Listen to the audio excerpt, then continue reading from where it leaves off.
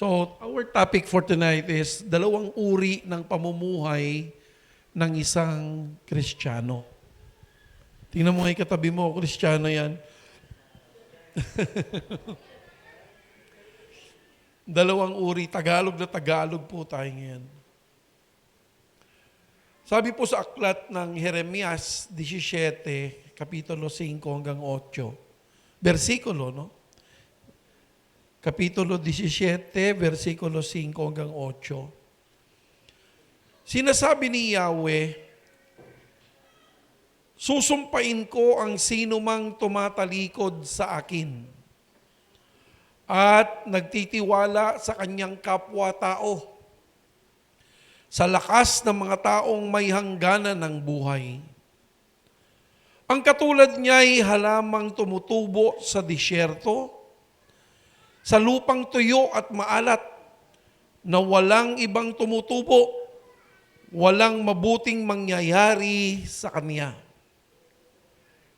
Mapalad ang mga taong nagtitiwala kay Yahweh, pagpapalain ang umaasa sa kanya. Katulad niya'y isang punong kahoy na nakatanim sa tabi ng batisan. Ang mga ugat ay patungo sa tubig. Hindi ito manganganib kahit dumating ang tag-init, sapagkat mananatiling luntian ang mga dahon nila. Kahit hindi umulan, ay wala itong alalahanin. Patuloy pa rin itong mamumunga. May the Spirit of the Lord open our hearts, our mind to receive the revelation of the Lord in Jesus' mighty name. Amen. So, yung title natin, dalawang uri ng pamumuhay ng isang Kristiyano. Pastor, bakit Kristiyano naman yung pinatutungkulan mo dyan? Bakit naman patatamaan mo mga Kristiyano? Kasi po ang sabi niya doon, susumpain ko ang sino mang tumatalikod sa akin. Ibig sabihin, kasama na po niya. Tama po ba? Ang tawag natin ngayon sa panahon natin, lahat ng nananampalataya sa Panginoong Jesucristo ay tinatawag po nating Kristiyano. Kaya yun po yung pamagat natin kanina na dalawang uri ng pamumuhay ng isang Kristiyano. Amen po ba? So, Kristiyano ka po ba? O kung Kristiyano ka, kasama ka dito. Dalawa lang ang pagpipilian. So, ano yung unang uri? Sabi niya, yung unang uri na sa nabasa natin, pamumuhay na ang tiwala niya ay sa kapwa niya tao o sarili. Amen. Hello. Ang tanong po ganito, bakit ka nga ba nagtitiwala sa isang katauhan o sa kapwa mo tao? Tanungin mo sarili mo. Di ba kaya ka nagtitiwala sa kapwa mo tao dahil meron kang nakitang potensyal para sa kanya? Tama po ba? Ano-ano yung mga potensyal? Maaring siya po ay matalino, maaring siya po ay malakas, maaring siya ay matapang, maaring siya ay madiskarte, maaring magkasundo kayo ng pag-uugali, maaring nakitaan mo siya ng integridad. Ito ilan lamang ito sa mga bagay na kasagutan kung bakit nagtitiwala ka sa kapwa mo tao. Kung mapapansin po natin ngayon, sa politika, kung sino yung nakaupo, lahat nakadikit sa kanya. Nakakalungkot nga pong tingnan eh. Dahil yung dating mga nakaupo na nakadikit kay Duterte, nung wala na si Duterte sa posisyon, kalaban na niya. At nakadikit na ngayon sa nakaupo. Grabe talaga ang tao, no? And I believe that Itong mga tao na ito is either Katoliko, meron pa nga pastor eh. Ganun po talaga ang tao. Kung saan sila makikinabang, doon sila didikit. Bakit po kaya? Kasi kalimitan po sa atin, may mga bagay na wala ka, na sa tingin mo, sa taong ito mo makikita, yung pangangailangan mo. Tama po ba? Nakita mo, uy, malaki katawan. Didikitan ko to, walang mangungursonada sa akin. Nakita mo yung isang grupo malakas, o di pumasok ka din, nagpapalo ka. Bakit? Malakas eh. Amen? So, that's the very motive of a man. Something na wala siya, at nakita niya sa iba, kaya siya dumidikit sa taong ito. Pero ano po ang sabi ng salita ng Diyos? Basahin uli natin yung verse 5 to 8. Sinasabi ni Yahweh, susumpain ko ang sino mang tumatalikod sa akin. At, ano sabi niya? Nagtitiwala sa kanyang kapwa-tao. Sa lakas ng mga taong may hangganan ng buhay. Ang katulad niya ay halamang tumubo sa disyerto, sa lupang tuyo at maalat, na walang ibang tumutubo, walang mabuting mangyayari sa kanya. Hallelujah. Tumatalikod at nagtitiwala sa kapwa niya tao. Alam niyo po, napakalaking insulto nga naman po ito sa Diyos, no? Hello? Napakalaking insulto ito sa Diyos. The God who created you, the God who designed you, the God who thought about you, and then tatalikuran mo lang siya na ang pagkakatiwalaan mo ngayon ay yung taong kaparehas mo lang din namang ginawa. Tama, mali? Bukod sa may hangganan, ano po sabi niya sa verse 6? Ang katulad niya ay halamang tumutubo sa disyerto, sa lupang tuyo at maalat na walang ibang tumutubo, walang mabuting mangyayari sa kanya. Ano pong ibig sabihin nito? Na kapag ikaw ay nagtiwala sa taong ito, ang taong yan may kasamang sumpa. Paano ko nasabing sumpa? Ano pong unang sinabi ng Panginoon? Ano daw sinabi ni Yahweh? Susumpain. Kaya kapag ikaw po ay nagtiwala sa iyong kapwa, may kasama po yang sumpa. Ay, nagets nyo?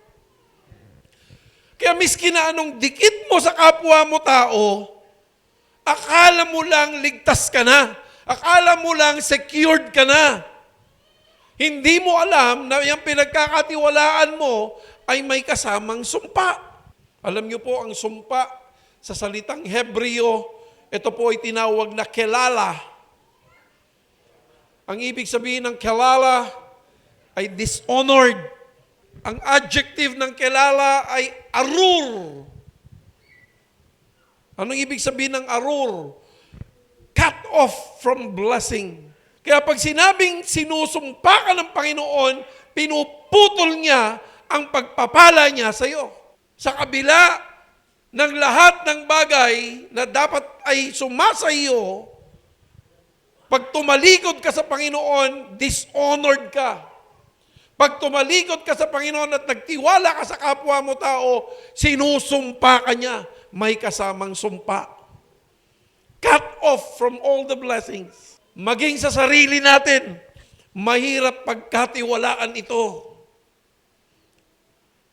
Ano po sabi niya? Madalas nang sinasabi natin, hindi, kaya mo yan, Nikki. Kaya mo yan, ikaw pa ba?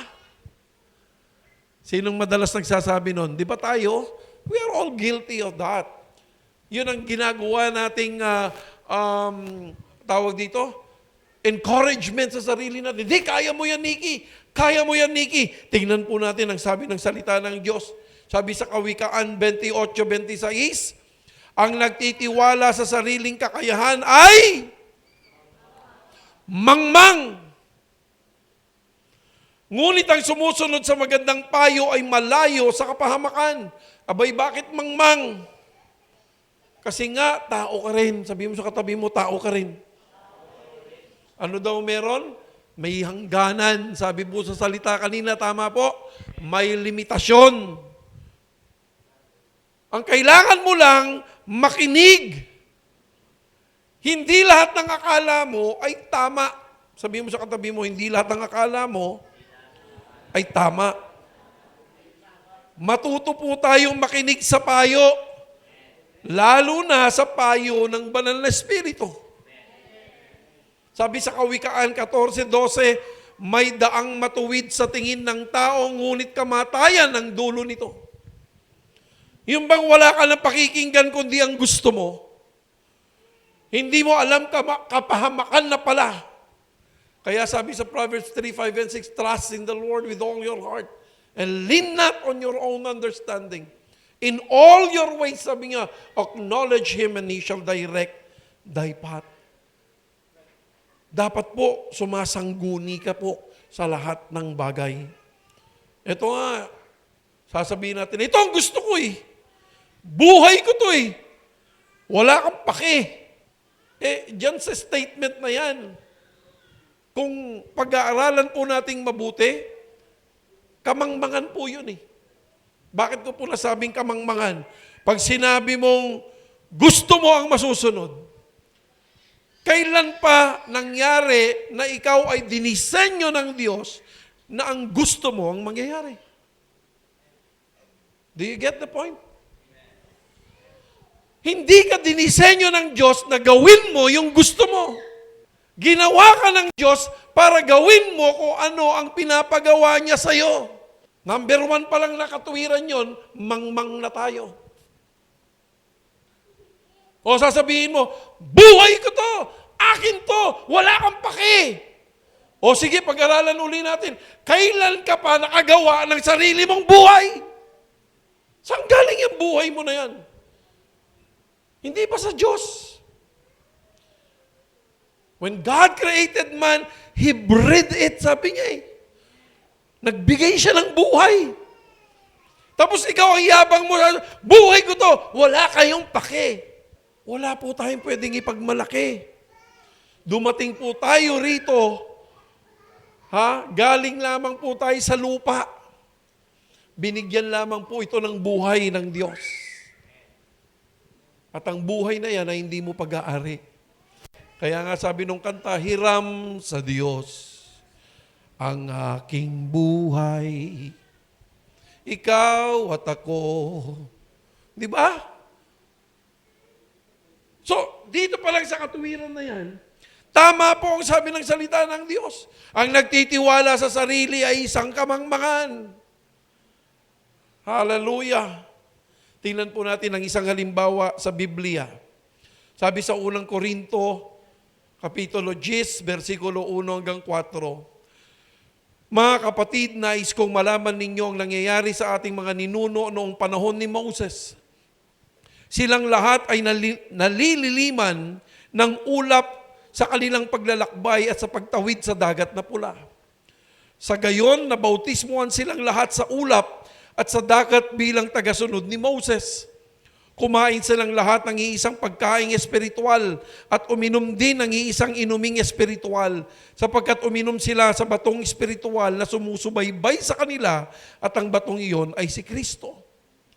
Naranasan po nila, alam naman po natin ang kwento niyan, kapag mainit, meron pong haliging ulap. Tama po ba?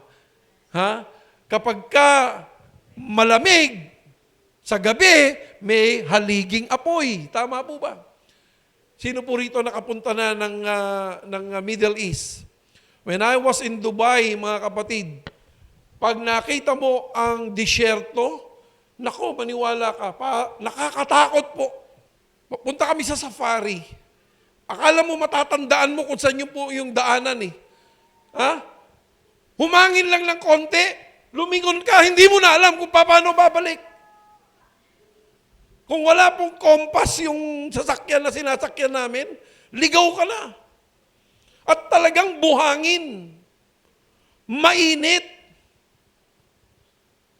And experiencing to the miracle of God, mga kapatid, naglalakad kayo doon, yung sandalyas nyo for 40 years, hindi na upod.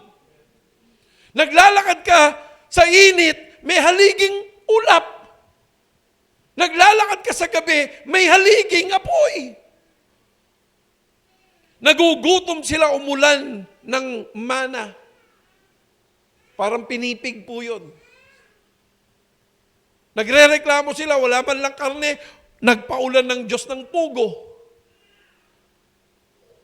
Nung walang tubig sa disyerto, pinalo ni Moses yung bato, lumabas ang tubig. Sari-saring milagro ang nakita nila sa gitna ng disyerto. Hallelujah. In verse 5, sabi niya, gayon man, ano nangyari? Hindi kinalugdan ng Diyos ang marami sa kanila, kaya't sila'y isa-isang namatay sa ilang. Ang lahat ng mga nangyaring iyon ay babala sa atin upang huwag tayong magangad ng masasamang bagay gaya ng ginawa nila. Huwag kayong sasamba sa mga Diyos-Diyusan gaya ng ilan sa kanila. Ayon sa nasusulat, umupo ang mga tao upang kumain at uminom at tumayo upang sumayaw. Huwag tayong makikiapid gaya ng ginawa ng ilan sa kanila. Kaya't 23,000 tao ang namatay sa loob lamang ng isang araw. Biruin mo naman, saan katutak na milagro ang nakita na experience ng bawat isa sa kanila sa disyerto. And yet, instead of worshiping the God who gave this miracle to them, they worship idols. Sa gawa, sa ginto, gawa sa pilak, gawa sa kahoy, gawa sa tiyok. Grabe po. Yan po ay tinatawag na pakikiapid sa Espiritu. Instead of worshiping the God who blessed them, they worship these idols. Hallelujah. Yan po ang problema. Sa tao po kasi, we always wanted to see mediums. Alam mo sa school, mahirap mag-report ng walang mediums. Kaya tayo gumagamit ng mga mediums, tama po ba? Para maintindihan natin ng gusto.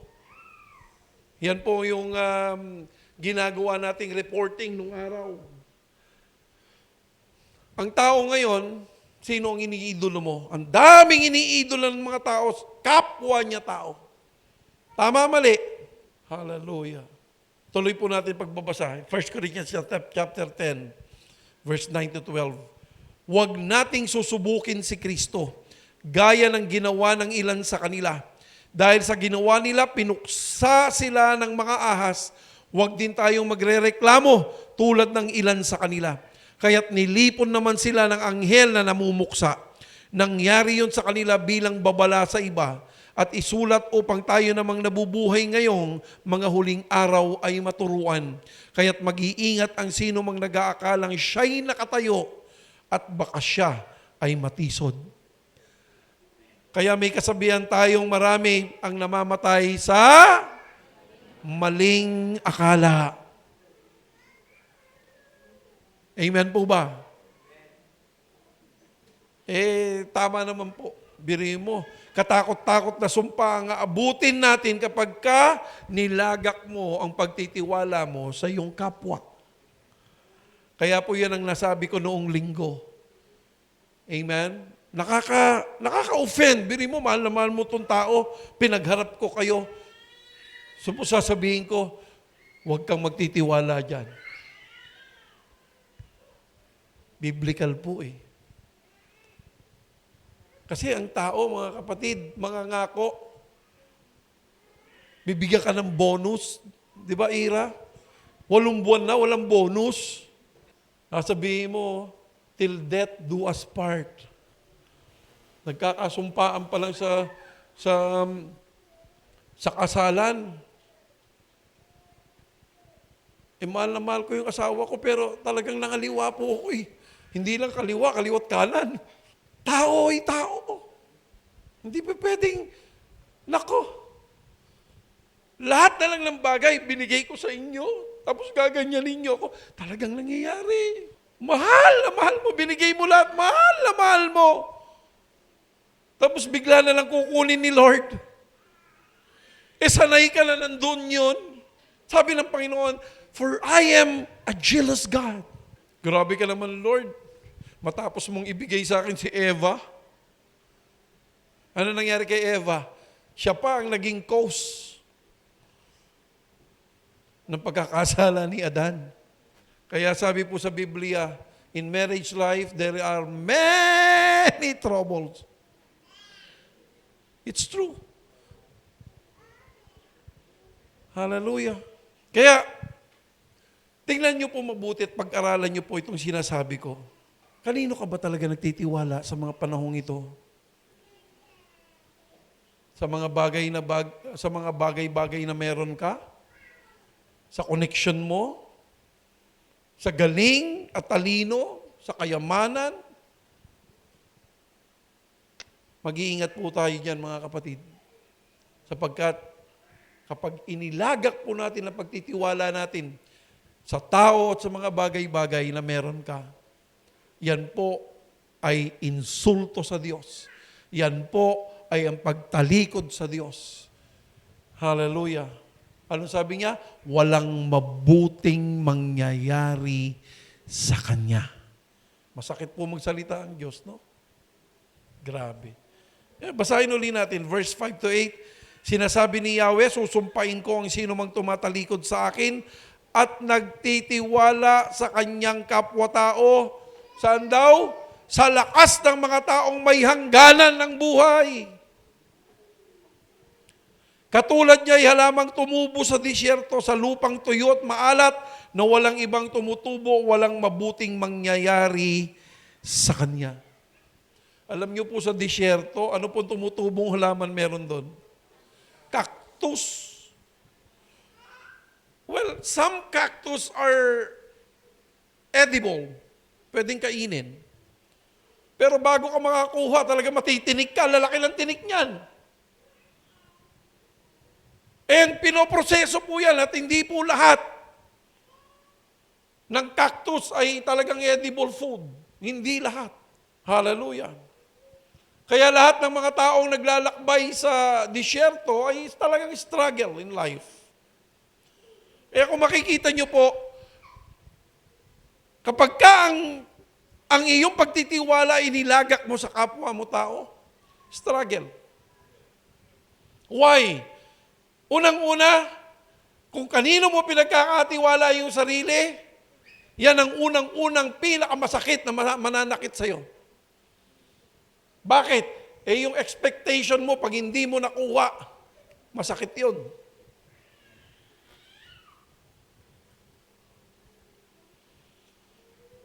Tama, mali?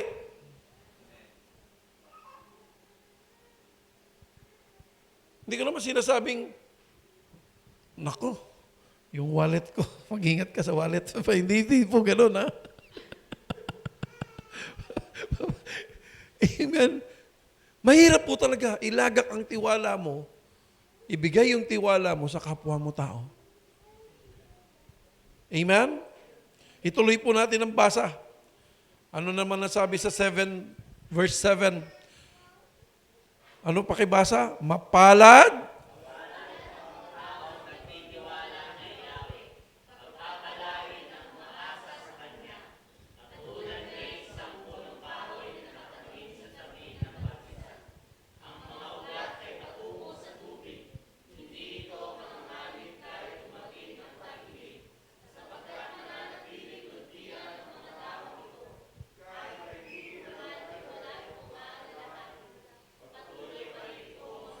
Ayan, tapos na. Hallelujah. Miski hindi na natin ituloy ang pagpapaliwanag, maliwanag na maliwanag. Ano yung pangalawang uri ng Kristiyano? Pamumuhay na ang tiwala niya ay nakasalalay lamang kanino? Sa Diyos. Meron ba akong kasamang Kristiyano ngayong gabi na nagtitiwala sa Diyos? Sabi mo sa katabi mo, sorry na lang. Kaya sabi ko sa misis ko, number 2 lang kita. Amen?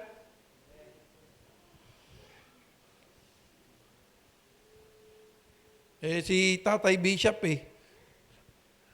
last year lang namatay yung asawa Ngayon may iba na siya asawa. That's life. Ganun talaga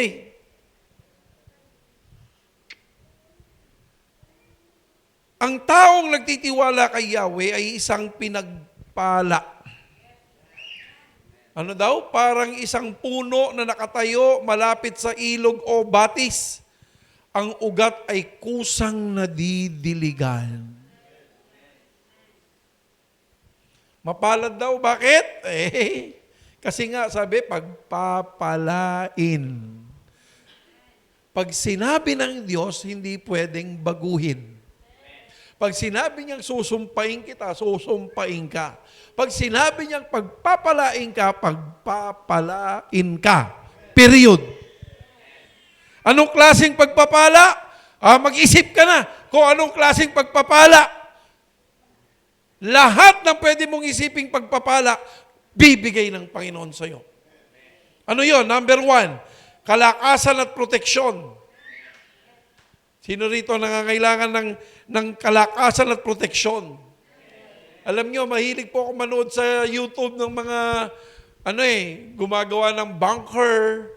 Kasi nga, kaliwat kanan na yung nagbobombahan ngayon Pero yung mga mayayaman, nagpapagawa na sila ng mga bunkers nila. Bakit? Kasi magsisilbing ligtas na lugar ang akala nila doon sa ginawa nilang mga bunker. Pero kapag ikaw ay nagtitiwala sa Panginoon, para kang nasa bunker ng Panginoon, sabi niya, no one can snatch them out of my hand. Hello?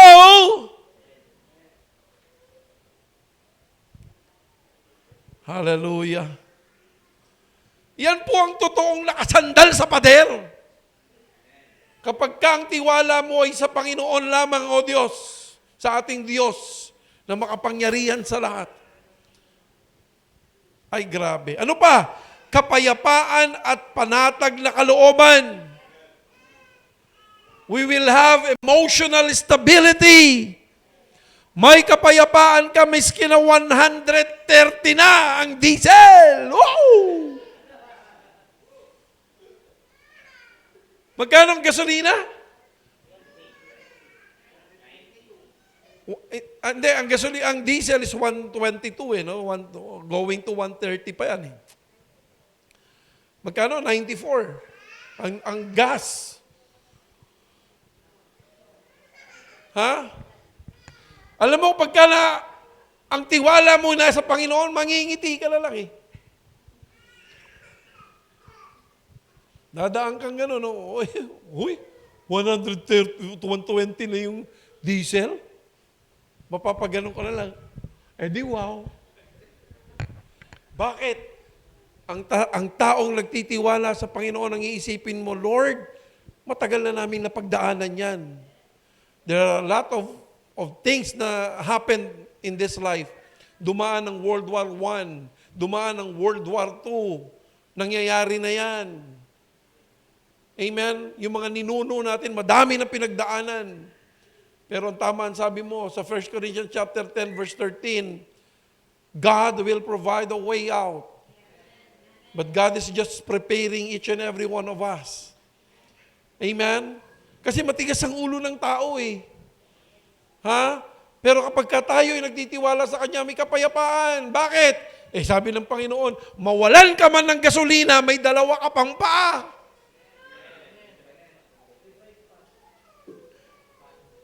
Amen? Tumaas man. Totally zero. We do not know what will happen next.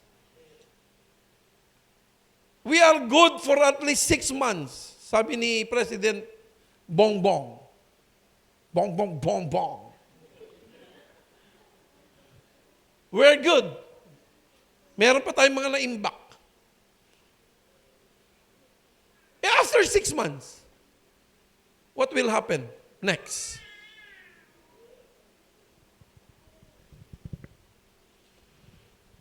Nakita nyo? Hindi natin alam eh. Maaring mag-elevate yung war at magkaroon ng World War III. Sino rito nagtitiwala sa Panginoon? May gagawin ng Diyos. May gagawin ng Diyos. May gagawin ng Diyos sa buhay ko. May gagawin ng Diyos. May gagawin ng Diyos. May gagawin ng Diyos sa araw na ito. Amen? God will going to put His peace upon you. Kaya sabi niya, peace I give unto you. Ano pa? Pagtitiis ng katapatan at pagpapanatili. Ito po yung tinatawag nating endurance. Enduring fruitfulness and sustainability. Hindi ipaparanas ng Diyos ang kawalan sa iyo. Meron at merong darating na supply mula sa Kanya. Ang iwasan mo maging compromiser ka. Ang tumanggap ng maleta. Ang gusto ng Diyos, magtiwala ka sa Kanya. Bakit? Sabi ni Elijah doon sa babaeng balo at yung anak niya, sabi niya, igawa mo kong tinapay. Sabi niya, ito na lang ang huli naming pagkain.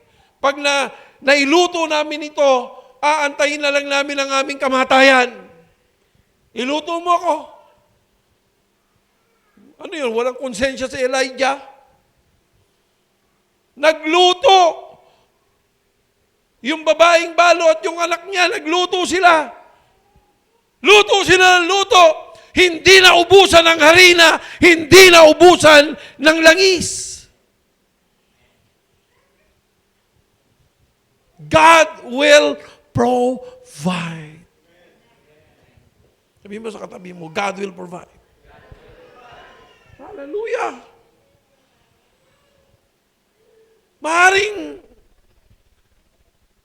grabe po yung nangyayari na ngayon. Paano na? Magtiwala ka sa Panginoon, there will always be provision. Ano uli yung provision? There is always a standby amount. Sabi ng Lord, huy! Meron na naka-standby dyan, anak. Magtiwala ka sa akin. Relax. Find a girl. Settle down.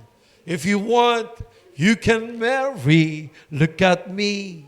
I am old, but I'm happy. Amen! Woo!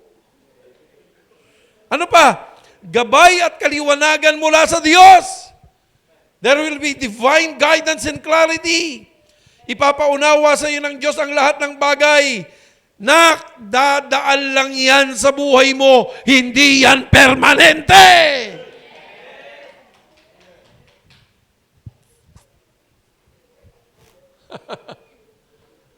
Sabi ni Satanas, nagwagi ako. Namatay si Jesus sa krus. Pinako sa krus. After 3 days, He rose again from the dead. And now, He's sitting at the right hand of the Father. Darating ang panahon, He will be the King of Kings and the Lord of Lords dito sa lupa. Hallelujah. Hallelujah. Ang hirap na pinagdaanan ni Ian. Pero makikita mo, yung pinagdaanan niya rito, nagamit niya sa Amerika. At yung nangyayari ngayon sa'yo, isang araw magugulat ka, aba, kaya pala dumaan ako sa mga ganitong bagay, magkakaroon pala ako ng malaking restaurant. We do not know. All we have to do is to trust God.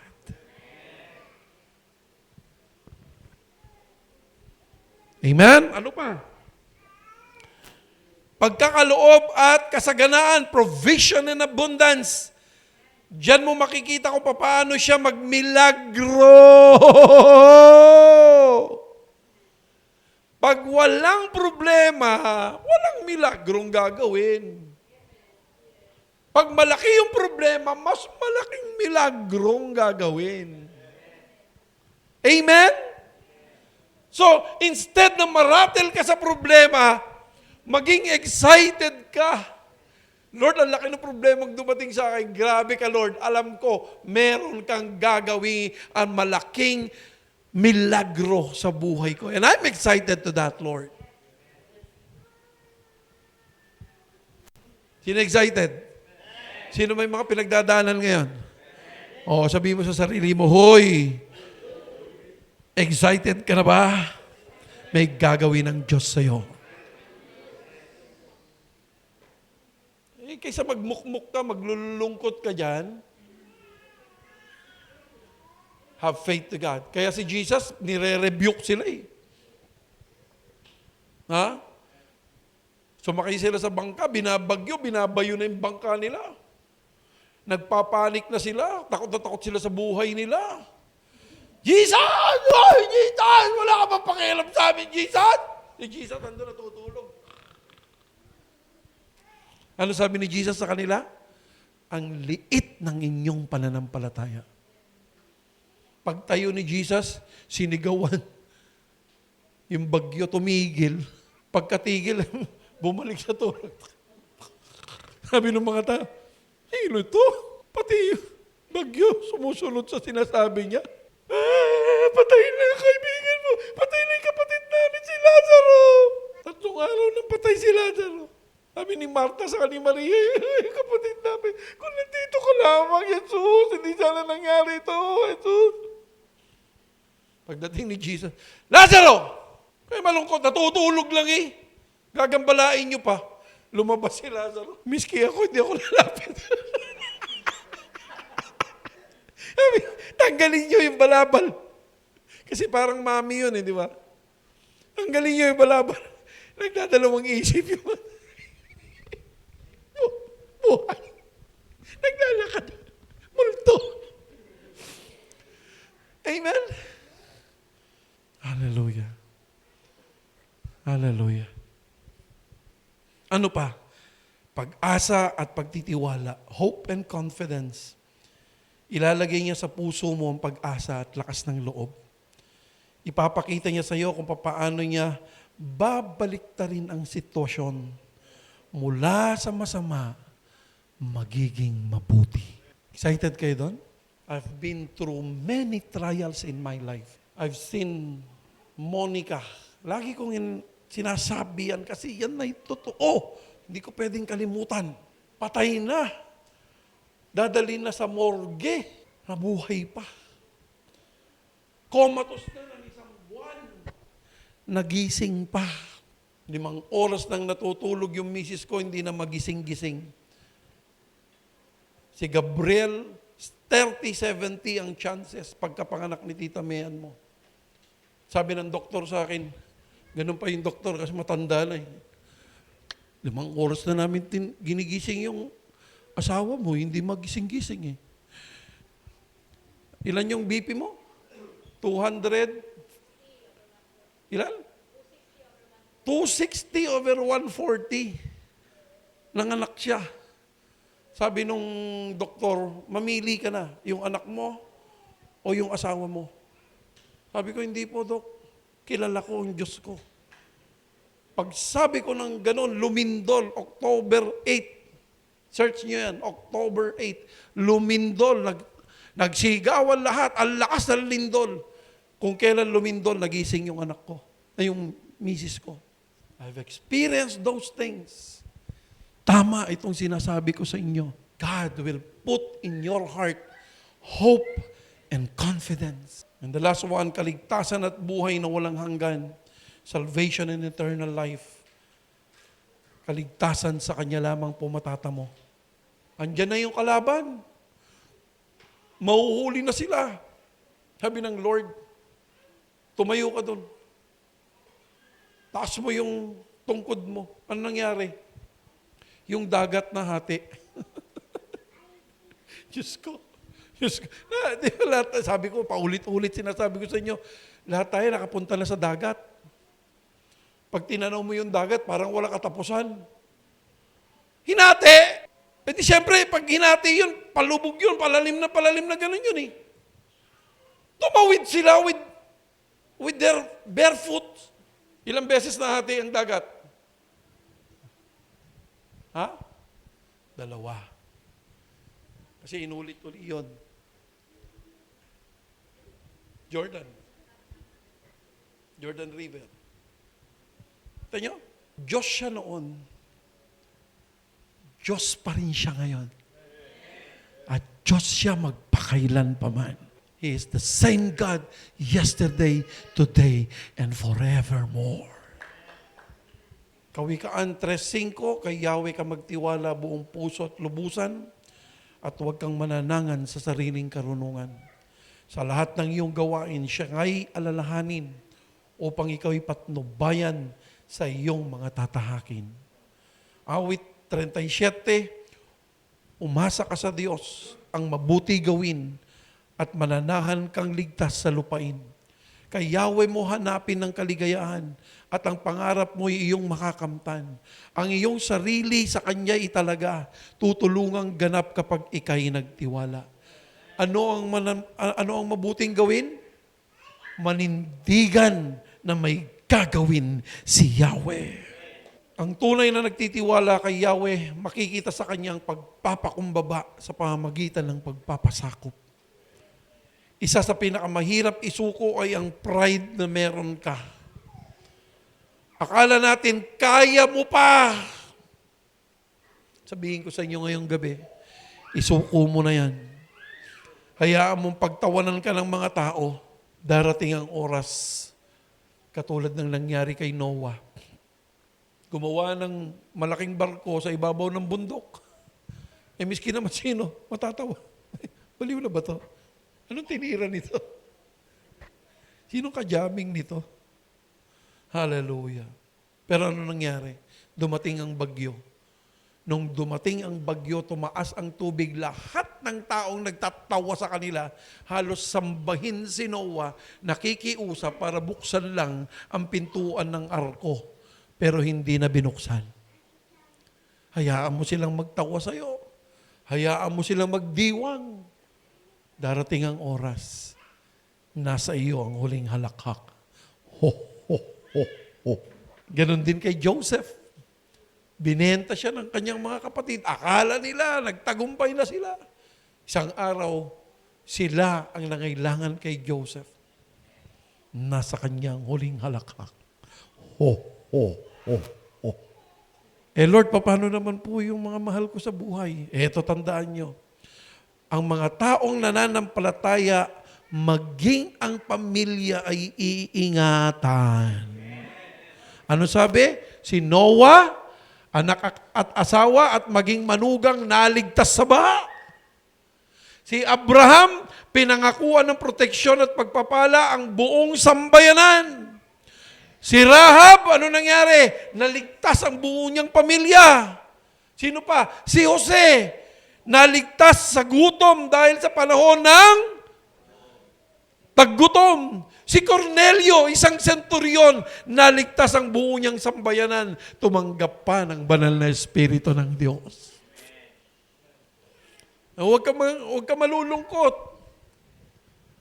Pag ang iyong pagtitiwala ay inilagak mo sa Diyos, alam ng Diyos kung sino yung mga mahal mo sa buhay.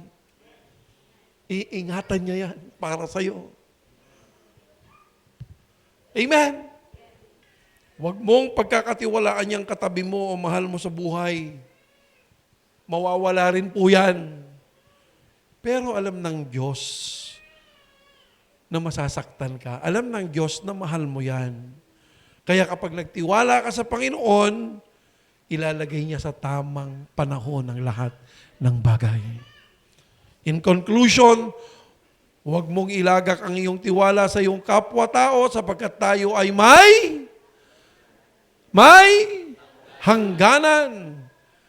Kay Yahweh mo ilagak ang iyong pagtitiwala, tiyak maging ang mahal mo sa mong kapwa-tao, kaya niyang ingatan para sa iyo. That's how simple the message of the Lord. But grabe po ang ginawang transformation ng Lord sa puso ko, sa pananampalataya ko, nung minemeditate ko po ito.